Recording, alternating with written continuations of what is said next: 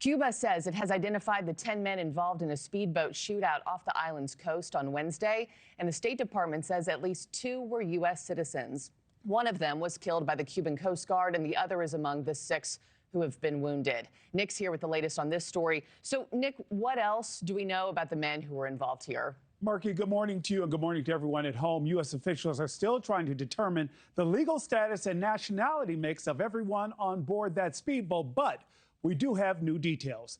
Cuba has identified the 4 men killed in that shootout as Michael Ortega Casanova of Tampa, Pavel Peña, Ledane Goreva, and Hector Correa.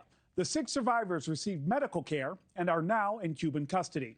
The State Department says at least 2 people on board were U.S. citizens and a third was on a visa for fiancés of citizens, but they aren't naming names. However, Michael Casanova's brother tells the Associated Press that he was a citizen and has lived in the U.S. for more than 2 decades.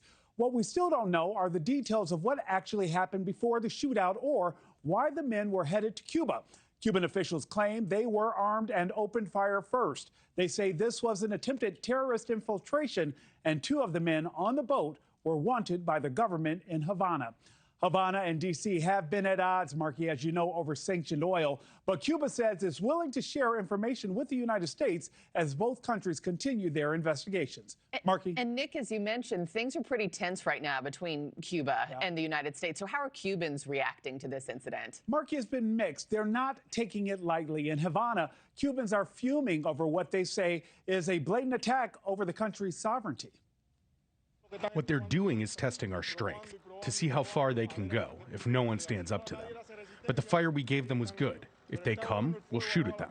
If they shoot at us, we'll eat bullets. We will open fire if there are problems. While in Miami, Cubans living in exile are questioning the Cuban government's account of the shooting. I am concerned is whether the Cuban government already knew that the boat was going in and they ambushed the boat and then proceeded to shoot in the way they did, that they practically hit with their bullets each person on board the vessels. They committed a massacre there. And whether that was necessary or if they had other ways to stop these people from entering Cuba.